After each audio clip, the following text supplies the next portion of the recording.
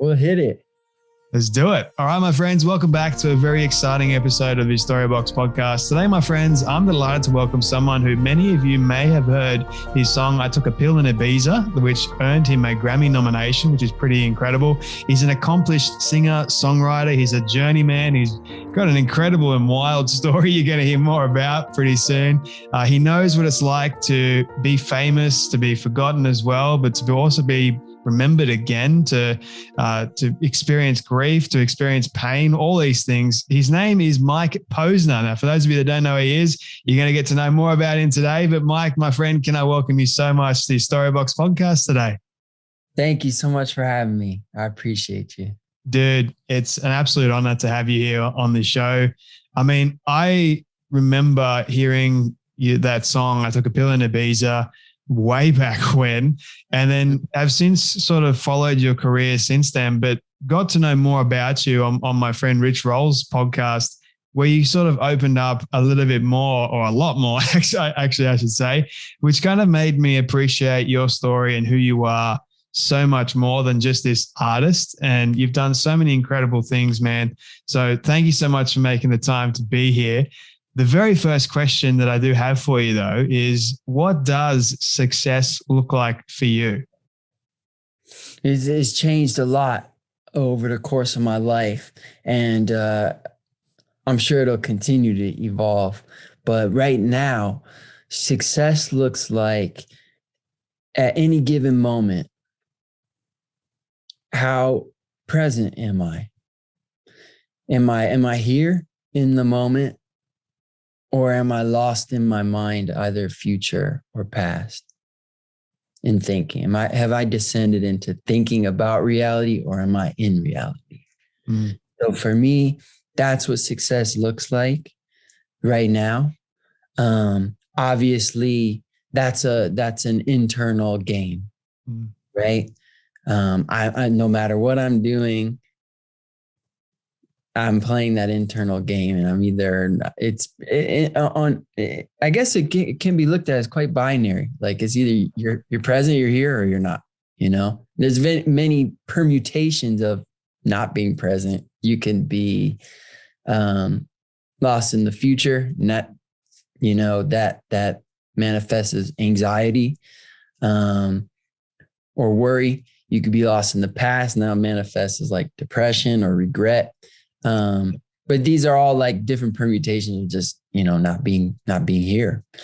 So that's an internal game. Now, obviously, like I have, external goals, like things I'm playing at and playing with, and that things I want to accomplish. And those are always changing and mutating. And, but as I go after those things, whether they be professional or, intellectual things I want to learn, I'm playing the internal game at the same time. Yeah. One thing that kept coming to mind as you're saying, it's about trying to remain in the present moment, not get lost in anxiety or worry or any of those things, is how do we keep ourselves within the present moment? And have you found that difficult to do over the course of your life? Oh yeah, it's extremely difficult, and I'll probably say I fail at it more than I succeed at it.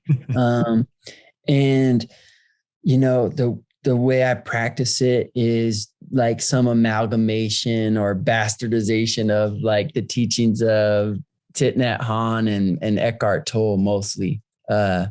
So read a lot of those guys' books, or, maybe more accurately read like a few of those guys' books over and over again, those being like The Power of Now. What's the now? Is it Peace is in Every Step or Peace Within Every Step? I got a bunch of Thich Nhat Hanh books, and one is called like How to Connect. And so some of the strategies that they lay out are ones like I'm sure you're familiar with. Your breath. Eckhart Tolle will say, try to maintain some awareness of your own body, as you're listening, as you're speaking. So I'm trying to do that as we speak right now. We're having a conversation. We might talk about the walk across America or success or the climb of Mount Everest, and all that's happening. But at the same time, there's a part of me that's just here, being here. And so yeah, those are a few of the strategies. And then I have some backstops built into my life, because I get lost all the time in my head. But every day there's, usually 2 sits of formal meditation where I'm, practicing with the mantra or with the breath. And then I practice walking meditation as well, where, as I'm taking a step, I'm breathing and just being with the breath, or being with the sensation of my body, like really feeling my feet on the ground. And when I notice myself having descended into thought, which happens every single time, then I just gently go back to either the breath or the mantra or the step. And that's it. I'm a creative individual like yourself, not as, in music sense, but more in the film and writing and stories and that sort of sphere. So my brain is constantly going a million miles an hour. And it's interesting for me to try and bring it back to the present moment, to try and keep it there for as long as I possibly can without it going off into this deep thought somewhere else. So I like how you said, it's doing walking meditation, because I do that sometimes. I do a lot of running myself in nature, getting the breath working. And I also listen to podcasts at the same time when I'm running. And that just helps me, keeps me grounded at the same time. But it also, it just helps me to ground myself, to make reality known to me, if that makes sense at all. Do you do a lot of running yourself? I do run. I like to, this is the first time I don't belong to a gym anymore. And so I'm just doing all the exercise, either running, and I do gravel biking now. So I would say probably 5 days out of the week. And the other 2, I'm doing yoga. I'm either on that bike outside or running outside. And then I got like a pull-up bar and dip bar, and that's it. And getting all my gains outdoors these days. I'm pretty much the same as you, man. That's what I do as well. You also mentioned just a moment ago, your trip walking across America, and then your Mount Everest trip as well. Are you training for anything new in the new year at all? Just curious. I'm training for longevity, for health right now. I don't have a crazy physical adventure planned. When I sort of looked at my life a few years ago, there's a lot of things I want to accomplish on the external plane, like we talked about. And 2 of those were explicitly athletic. Yeah. The first was walk across America. And the second one, which I wasn't even sure if is this even possible, was to summit Mount Everest, the tallest mountain on planet Earth. And I just thought,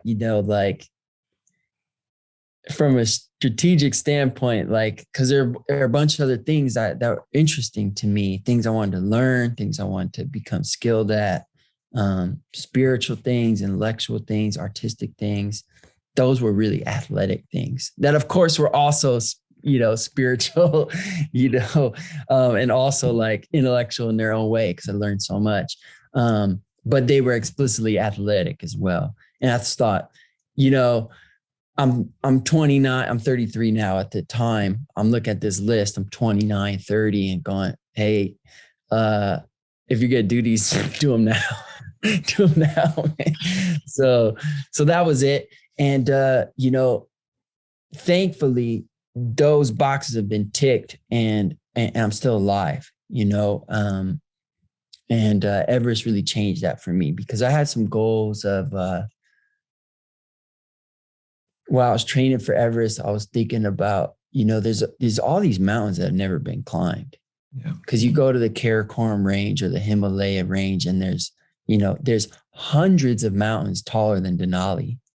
Many of them don't even have names, and no one climbs them because everyone goes and climbs the same 10 peaks over and over and over again. Yeah. And I thought, how freaking cool would it be to, go climb? It's called a first ascent. Go get a first ascent with my coach. But Everest really changed my risk tolerance, Jay, where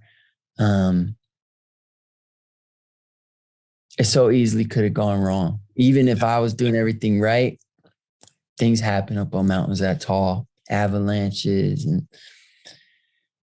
you just you twist an ankle or something, like no helicopter coming to get you there. No one's coming to get you. It's way too high. You're like 7,000 feet above where a helicopter can go. It's really dangerous, and there were people there that, climbing the same time I was that aren't alive anymore. Yeah. And, I was just grateful to be alive and my sort of, exploration of self and like what I was capable of on the external plane, was really healthy in many respects, but pushed to the very, very extreme. In some ways it's silly because you say, hey, I'm exploring myself. I want to see what I'm capable of. That's great. You should do that. Yeah. But you push to the very, very extreme, which is what Mount Everest is. It's like, hey, you want to die for that? Like seeing what you're capable of? It's kind of a silly thing to die for. Yeah. There's good things to die for, like you save like your family or something. Like my mom's in another room, it's like someone's messing with her. Like, yeah, that's a good thing. But for your own, like, hey, I want to see how tough I am. That seems like kind of a silly thing to die for. So Everest really changed my risk tolerance. And I realized after doing Everest, I don't have to prove anything. My life is here and now. And I don't have to prove anything to other people or to myself. Life is right here, right now.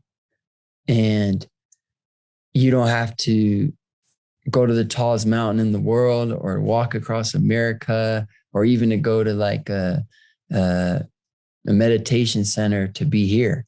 The only time to be present is now. The only place to be present is here. It's like whoever is listening or watching this, look around, look at your screen. If you got the headphones on, look where you're at. This is it. Yeah. This is your freaking life, and if you can't be happy now, you can never be happy. The Buddha said, we got to make this moment the most wonderful moment of our lives. And that's it. That's it. Because that's all we're guaranteed of, isn't it? This moment. It's the only thing that's real. The rest is like a vague mind projection. That's a step removed from reality, and, not to get too out here, but like in a very sort of nuts and bolts way, like this is your life. This is it. And the future doesn't exist in a real way, the way like this thing exists, or like this guitar pick exists, and neither does the past. We're just here. And so the more I can be in that space, the more successful I feel, Was there a specific moment for you that you kind of realized your own mortality? Several, the first being the death of my father. Oh. He died. I went to the funeral and everyone kept hugging me. And I went home. I smelled like 1,000 different perfumes, all these different people hugging me. Mm. And it's finally quiet. It's like the funeral's big thing. And I noticed this photo album. It just caught my eye. And I grabbed the photo album. I flipped it open. And I saw myself looking back at me. Only it wasn't quite myself. It was this photo of my dad when he was my age. And we looked like exactly the same. Like him in the photo looked exactly the same as how I looked at that time in my life. And it just hit me, he once looked how you look now, he's dead. So you're next. I'm next. And it reminded me, like it actually, was this moment of like Satori, this flash of presence, where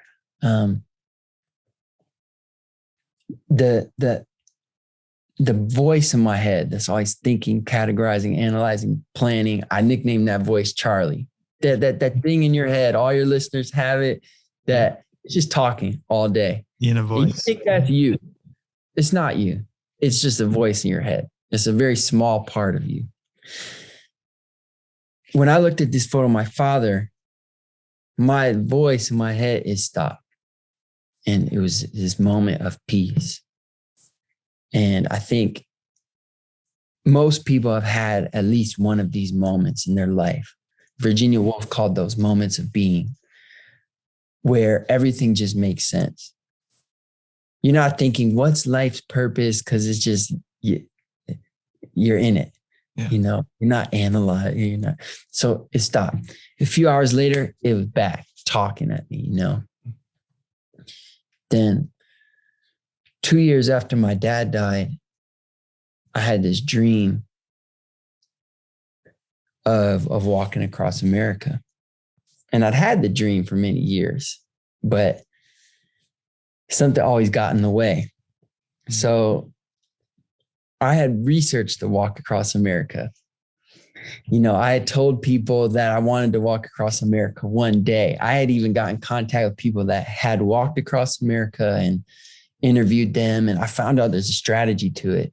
It's best to walk east to west, and you start in early spring in an attempt to be done before winter. So you walk spring, summer, fall, hopefully, and then you're done. Now, what happened was each time spring rolled around, there was something in the way. There was some reason I had not to start. It was an album I didn't have done. There was a tour I needed to do to support the last album. There was a wedding that needed to be attended. There was always a reason. And I talked to my friend Elliot. I said, Elliot, I don't know what's up with me. I feel uninspired about life. He said, why? And I said, well, I'm putting out this album and I got all these interviews and promo to do. And I just don't, that's part of being a recording artist. You make the music and then you go promote it. And I was like, bro, I just don't do it anymore. He said, what do you want to do? What do you want to do? I said, well, I want to walk across America, but my agents, my managers, I've talked to them about it. They think it's crazy. He goes, that's great news.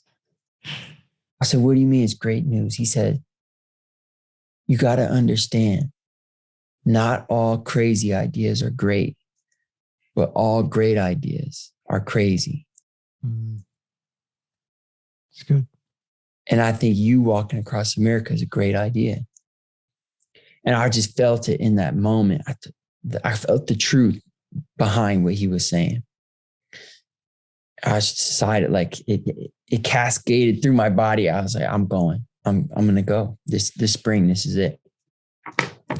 And I went April 15th to Asbury Park, New Jersey, and saltwater waves are crashing over my back. I'm standing in the ocean, getting ready to start this walk across America to the other ocean, which is 2,800 miles away, 13 American states. And I have no idea if I can do it. I'm actually really scared in that moment, because I told everyone, I told my fans, I told my family that, I'm going to do this thing. I'm going to walk across America, but I have no real freaking idea if I can do it. All I have is my belief, that I keep repeating in my mind, I will walk, I have that. And I just, after a certain point, I had to realize, that I do realize with those waves crashing over me, that these thoughts of uncertainty and fear are just that. They're thoughts of uncertainty and fear. And I can have those and still go. Yeah. I can be scared and afraid and still go. And so I take my first step. Step one is take one step. Step one is take one step. And I walked across New Jersey. I walked across coal country and Lancaster County in Pennsylvania, where I shared a road with Amish buggies. And I walked across Ohio. I saw a double rainbow there and got horrible allergies, near Dayton. I walked across Indiana in 8 days. I developed like horrible plantar fasciitis, which is like basically just horrible foot pain. But I kept walking, and I walked across Illinois. I walked across Missouri during a heat wave and a flood, where days where I had to like literally walk the wrong direction because the roads were underwater. They'd become lakes. I walked into Kansas. I walked across Kansas, 400 plus miles. I walked into Colorado. I could just see the Rocky Mountains on the horizon. I'd walked 1,797 miles since that first step, when bang, I felt like a pain shoot up my leg, and I heard a sound that I didn't want to hear. And that was, I realized that a poisonous rattlesnake had just sunk its fangs into my left leg. And long story short, I was in the middle of nowhere. It was a couple fans that showed up to walk with me that day, one of whom was named Jack. They called 911. They let me speak to dispatch. And the venom started to go through my body. And it was sort of like the end. I don't know if you ever seen Looney Tunes. You're pretty young, but at the end of Looney Tunes, there's all these circles that converge on the center of the screen. And it says, "That's all, folks." It was like that, but it was like, instead of circles, it was darkness was creeping in on my awareness. And the woman on the phone, dispatch from 911, said, I've sent 2 ambulances from 2 separate towns and a helicopter. Whichever gets there first, get in. And I said, "Am I going to die?" And the voice on the other end of the phone said, "I don't know, sir." So this is probably the second time I was reminded of my mortality. In the long story short, the first thing I got there was an ambulance. So I got in, as she said. And I just realized, this ain't a freaking bee sting, man. This ain't a bee sting. And this could be the last day of my life. I'm on a stretcher in the back of the ambulance going to the hospital.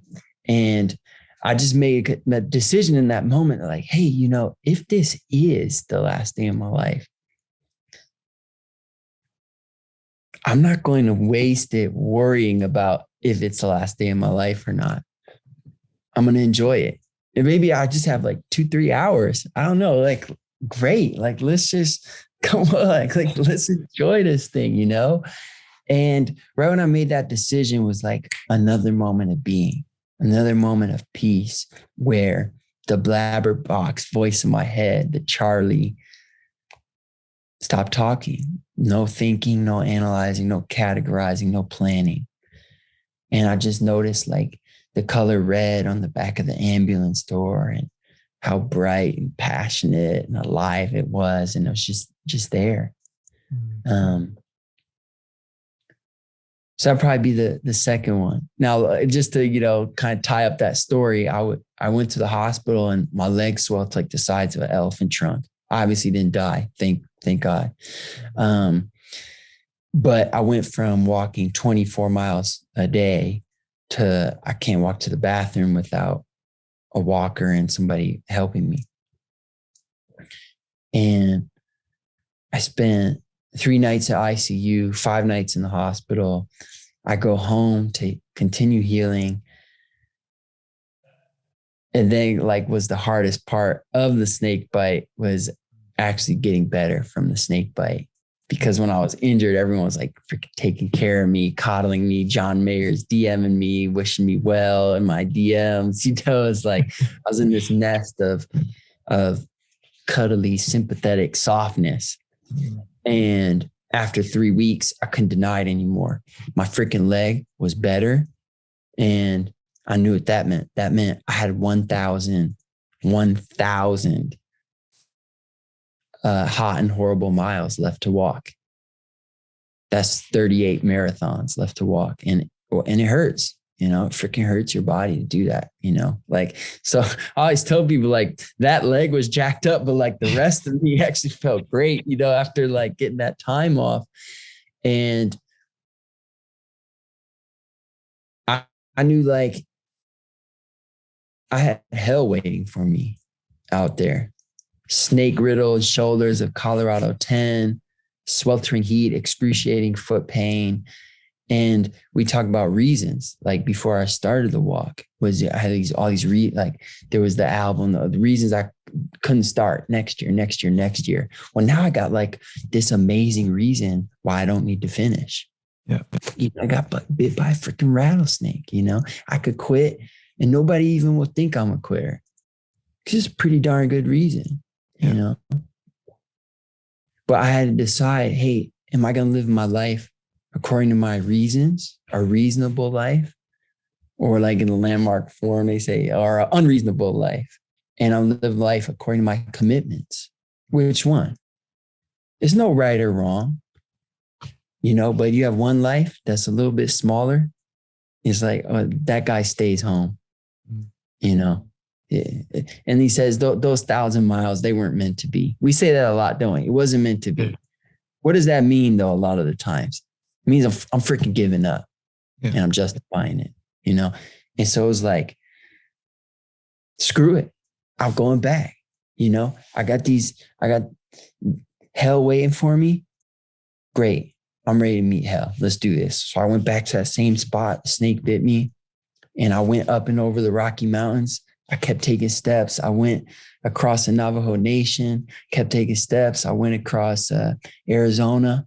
I went across a little bit of Nevada, kept taking steps. Went into California, people start congratulating me. California's 300 miles wide. So why the frick you congratulate me? I didn't walk to California. I say walk across America. I'm not done. So I walk across the Mojave Desert. I keep taking steps. I walk into LA. I see the Hollywood sign on my right. I keep taking steps. And the pavement turns into sand and like my walk turns into a sprint and I keep taking steps.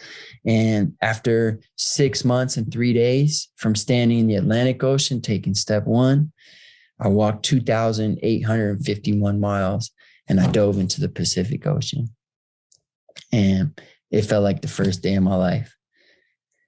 Now that sort of like segues into probably the third time I reminded my mortality, which was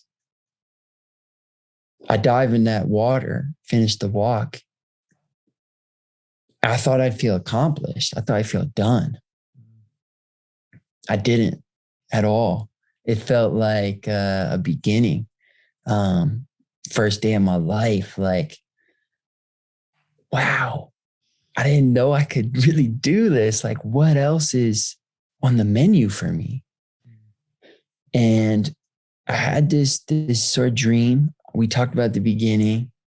It was on my list, but it wasn't something I didn't really, it wasn't a goal. It was a dream. And that was to summit Mount Everest, the tallest mountain on planet Earth. And when I got in that water, I thought, I could really do that. Yeah, it's going to be unimaginably hard to go from who I am right now in this Pacific Ocean, who has no experience mountaineering, to climbing Mount Everest. But look, like I just did something unimaginably hard. So like, I can, like, this is on the menu for me. And that dream started to turn into a plan. And so I ended up being introduced to the man that became my coach, Dr. John Kudrowski.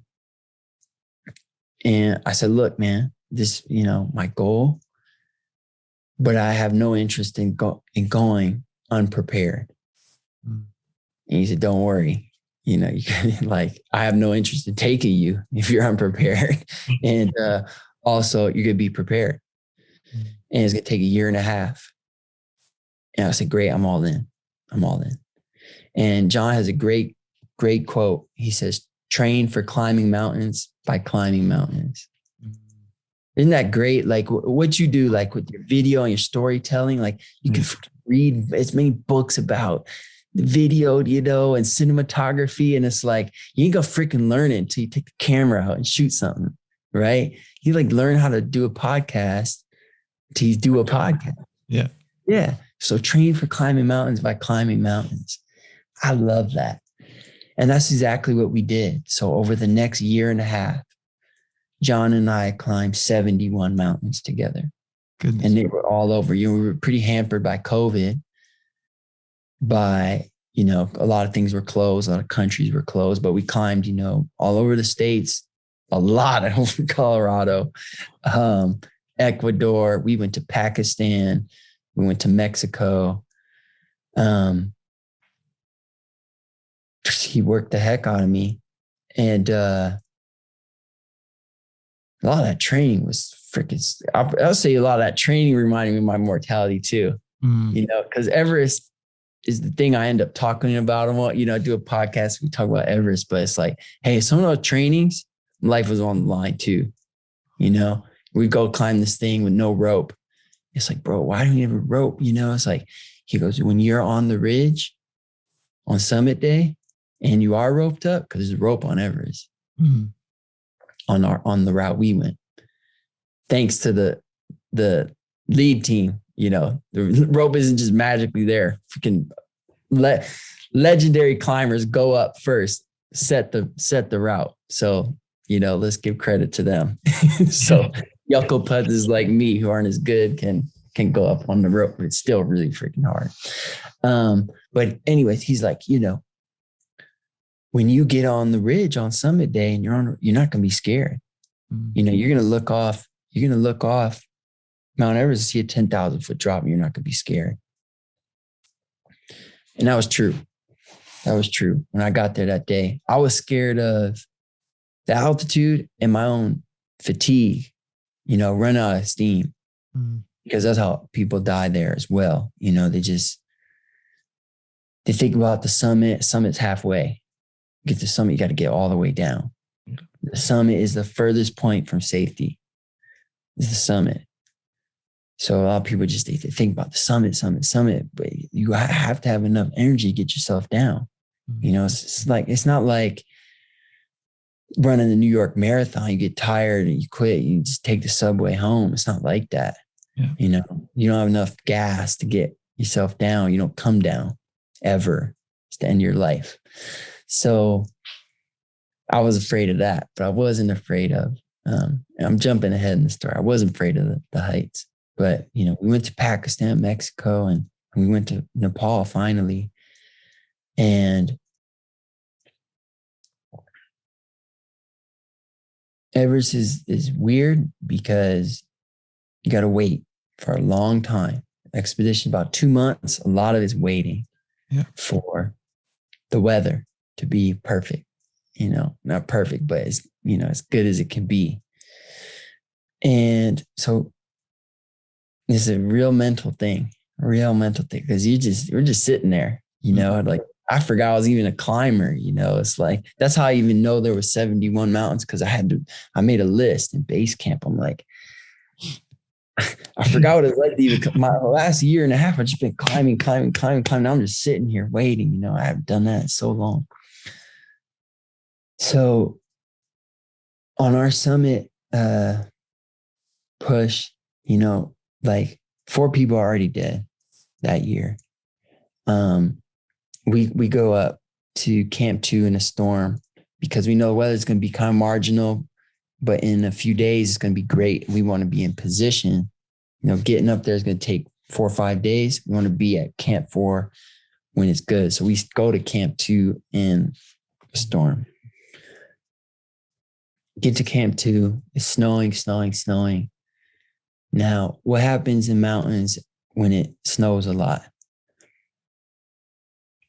That's when avalanches happen because it loads up on steep faces and they slide down. So we're sleeping in Camp 2, which is like my least favorite place on earth.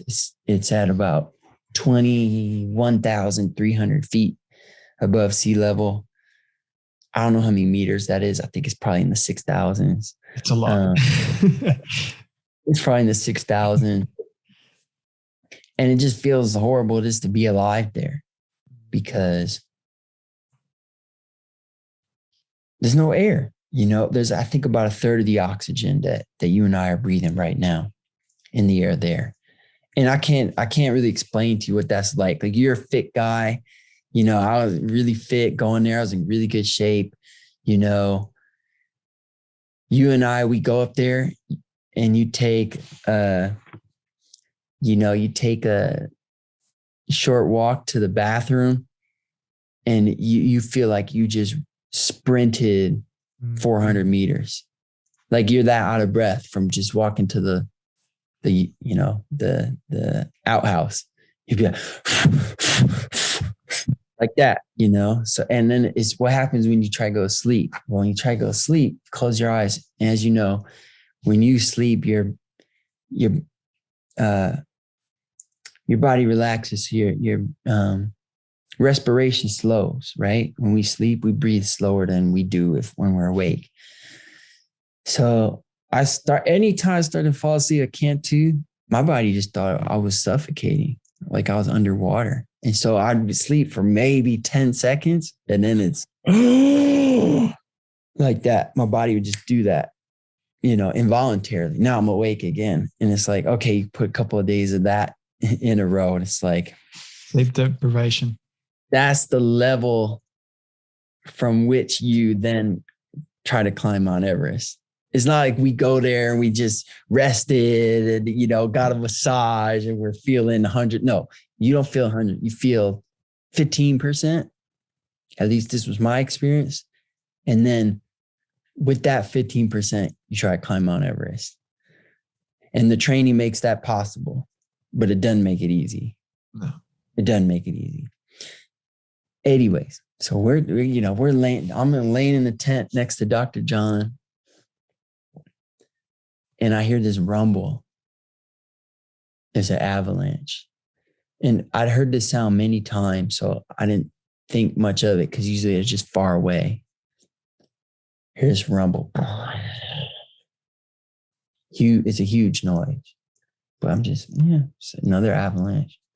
Couple seconds pass and then all hell breaks loose. Our tent starts shaking. Like, I'm feeling like we're about to get blown off the mountain. I'm screaming, John, avalanche. And like in that moment, it wasn't like the ambulance. It was like, this is just, my life's over now. And it was scary. It was scary. It wasn't a moment of being. It was a moment of fear.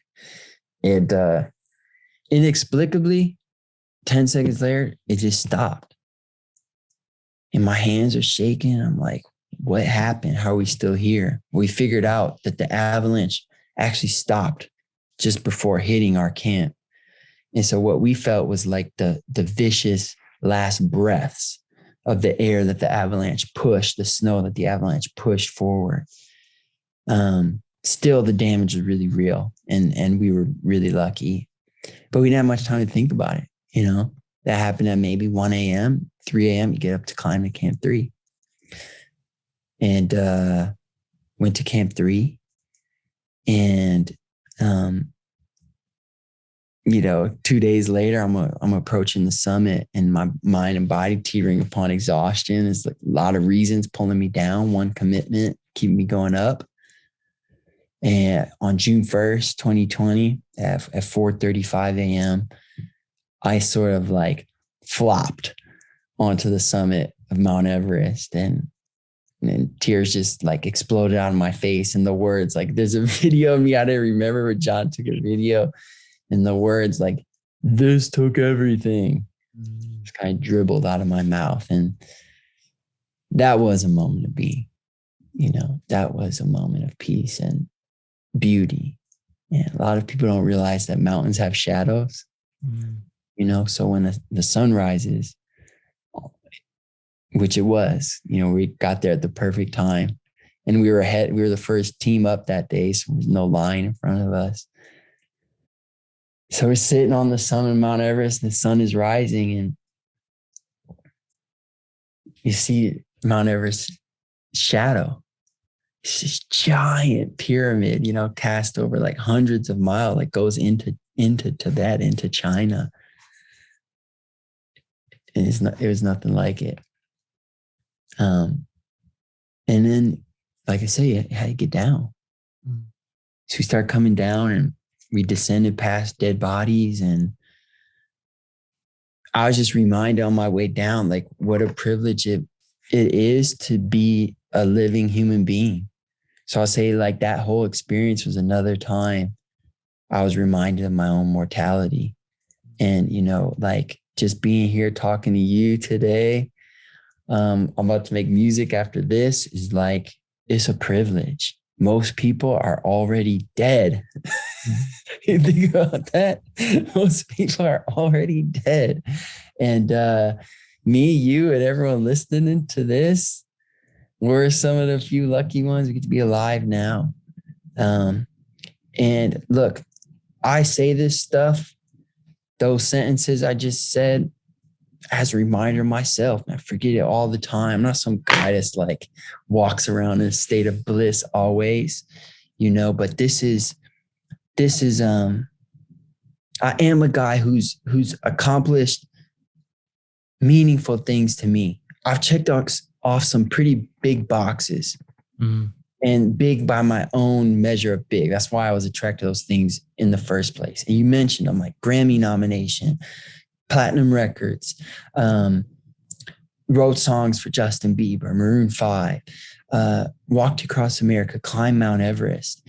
And like, I'm here to report back what I've learned. And that is that you don't need your father to die, or to walk across America, or to risk your life climbing Mount Everest to feel peace, to feel present. I said it already, the only time to be present is now, and you got to be careful, because your mind, my Charlie, my voice in my head is going to try to make a goal out of it, right? We're like productive people. Yeah. So you're working on stuff. I'm working on stuff. But it's going to try to your mind will try to make peace a goal. And that's always an illusion. It's going to say, if you do this meditation retreat, then you can feel peace. If you eat right, then you can feel peace. If you walk across America, then if you climb on Everest, then you can feel. If you get this perfect job, if you grow the podcast to this thing, then you can feel. The list goes on. And the thing, if blank, then you will feel peace. Yours is going to be different than mine, but yours is just as much an illusion and full of shit as mine is. Okay, so that's my message is, look, I got all that stuff. It didn't make me feel peace, except for in these flashes, these moments, the looking at the photo, the ambulance, the on the summit. But then it was gone again. This voice is back, and it's like, hey, that's your brain trying to make presence into a goal in the future. By definition, presence can't be in the future. Presence can only be in the present. Yeah. So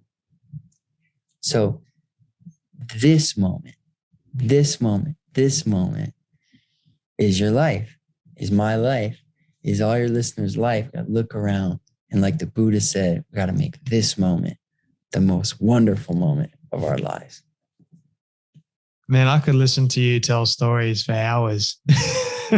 I was really, really enjoying those stories, mostly because they actually happened, but the way you're describing the setting, what you're going through, and what you learned as a result, like being aware of your own mortality. And the one question that was burning through my brain the entire time was, having said all that, having lived through these experiences, having realized that, all these high and big things, chasing Grammys and all that sort of stuff, which you have, done for quite some time, that satisfies for a short period of time, but there's no real fulfillment, which is what I think a lot of people are going through at the moment. Having said all this, do you fear death today at all?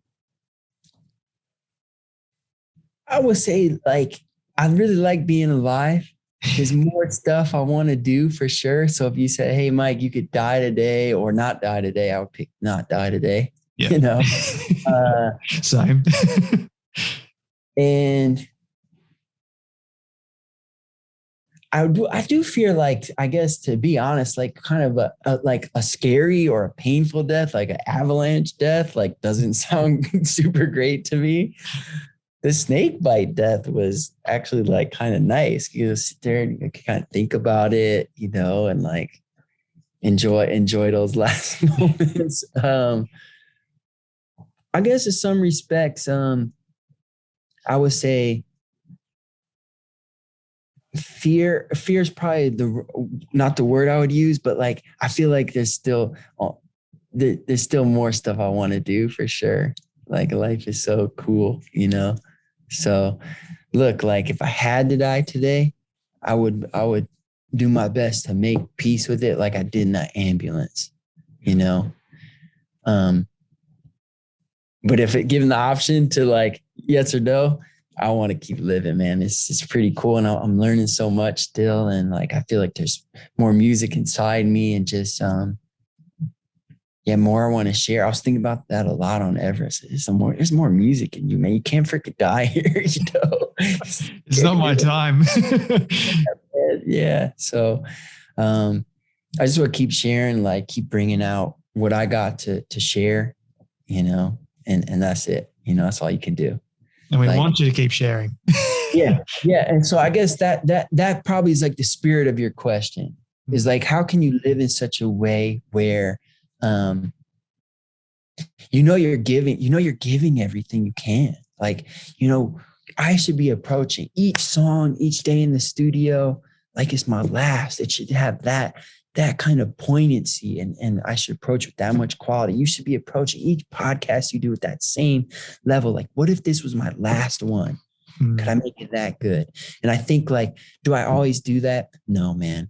Like, I gotta be honest. Sometimes I'm fucking like nailing it in, going through the motions, but that's what I aspire to, and like you asked me a question, remind me today, like I got a studio session after this and I'm going to try to do that, like just bring, like, we need to live in such a way we're giving it all while we can.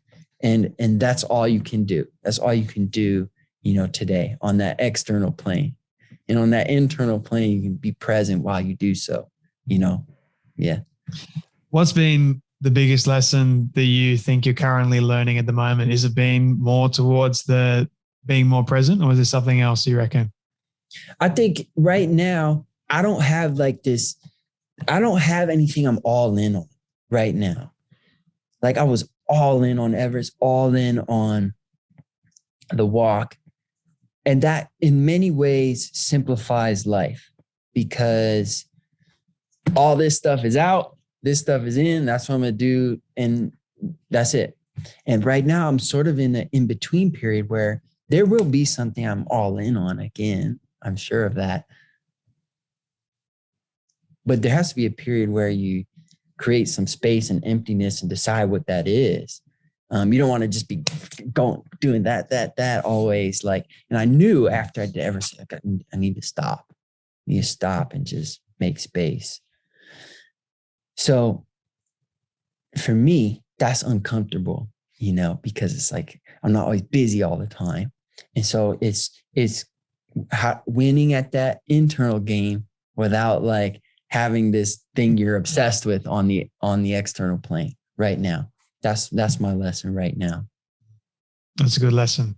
Yeah. I wanted to ask you, my friend, going back a little bit to Mount Everest and even your walk, if you have a little bit more time, because I do want to be respectful of it. I have a couple more minutes. I think my buddy's coming for the studio, so I want to be respectful of him. But maybe okay, of course. Okay, so 2 final questions for you, my friend. May have to do a part 2 later on because no for ages. But going back to the Everest side of things and speaking to the relationship that you've had, I guess, with being afraid or fear in general, how has your relationship with fear changed from the walk to Everest to even now, you think? It started, going back to my music career, because anytime I go on stage, or more accurately, anytime I'm about to go on stage, there's a hell of a lot of fear there. Mm. And so I had to just kind of go through that when I was young, when I started my career, when I was 21, 22. It's like, you just like make yourself go out there. And then like you're out there and the fear is gone. And it's like the most exhilarating moments of your life. So I think internalized the lesson that, hey, there's like a lot of beauty on the other side of that feeling. Yeah. Like you can have amazing moments on that stage, but you have to feel the fear backstage and act anyways. So I think I have a healthy relationship in that regard to fear. Same, because I felt the same feeling I talked about earlier in standing in the Atlantic Ocean, about to take my first step. It's the same feeling. Yeah. I don't know what's going to happen. I might fuck this up. I don't know. So it's like, and then you feel it. It doesn't mean anything, right? That feeling doesn't mean you're going to fail. It just means you're having that feeling. That's it. So you can feel the feeling and go anyways. So the relationship with fear, I think, for me is healthy because of that stuff.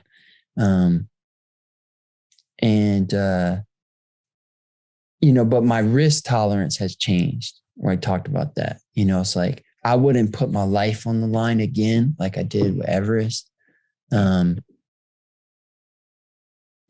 Unless it was some other reason, like, I'm going to save somebody else or this kind of, that kind of thing. But just for myself and my pride and seeing what I could do, I wouldn't put my life in danger, because my life is too beautiful and amazing, to put on the line again for that reason. That's good, man. This is my final question for you. This is my all-time favorite question. Would love to continue this conversation at another time, because I could speak to you for ages. This is a hypothetical question, but I want you to imagine with me for a moment that you've been able to reach the age of 100.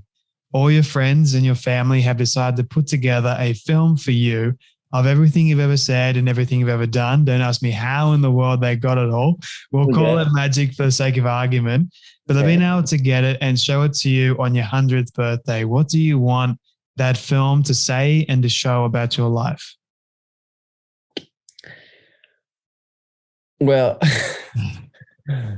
I think I say a lot of really stupid stuff. So if they got everything, I don't know if that's great. I think it'd probably be saying dumb stuff for the most part of it. But what I'd want the spirit of it to be is I want my life to stand for transcendence. So what does that mean? It's a funny word. Maybe it sounds kind of new agey. When I say transcendence, I mean something that creates those moments of being, something that cuts through the mundanity of normal life, something that cuts through, hey, we're just going through life, going through the motions, and creates a moment where the blabberbox stops, the thinking, categorizing, analyzing, planning stops, and another person, not me, another person is here, present in this moment.